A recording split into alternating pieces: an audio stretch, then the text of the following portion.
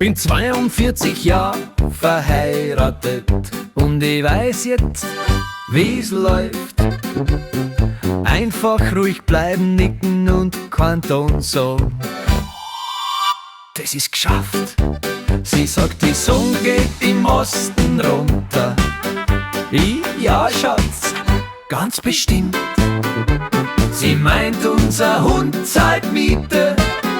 Ich nick und grins nur hin.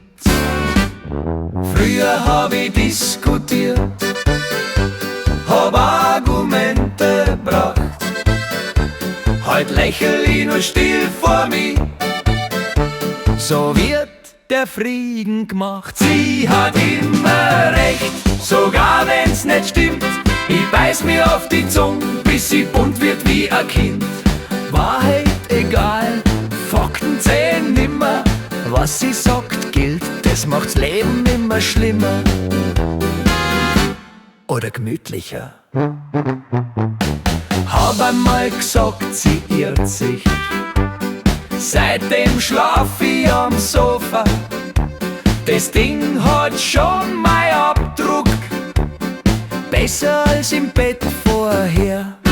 Sie sagt, deine Stiefel sind out, ich trag sie erst seit 40 Tagen. Sie sagt, deine Witze sind schlecht, doch wenn ich stürz, fang's an zu weinen. Vor Lachen klur. Sie hat immer recht, auch wenn's nicht stimmt. Dreht die Geschichte einfach um und packt ein bisschen Farbe drin. Ich kenn meinen Platz, er ist eindeutig hier. Ja, mein Schatz, sie passt schon und ich hol ein Bier.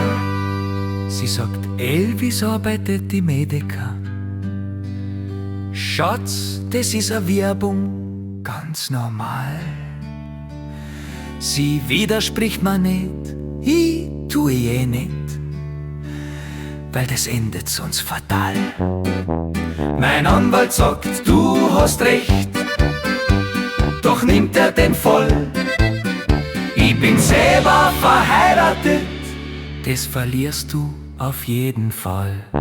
Sie hat immer recht, sogar wenn's ein Schmarrn ist, das sag ich aus Erfahrung. Es ist mein Eheleid wissen, ich mach's wie alle gescheiten Männer. Sie kriegt recht, ich heb die Kassenzettel weg. Und so lebt man lang und gut im Bayern-Ehescheck.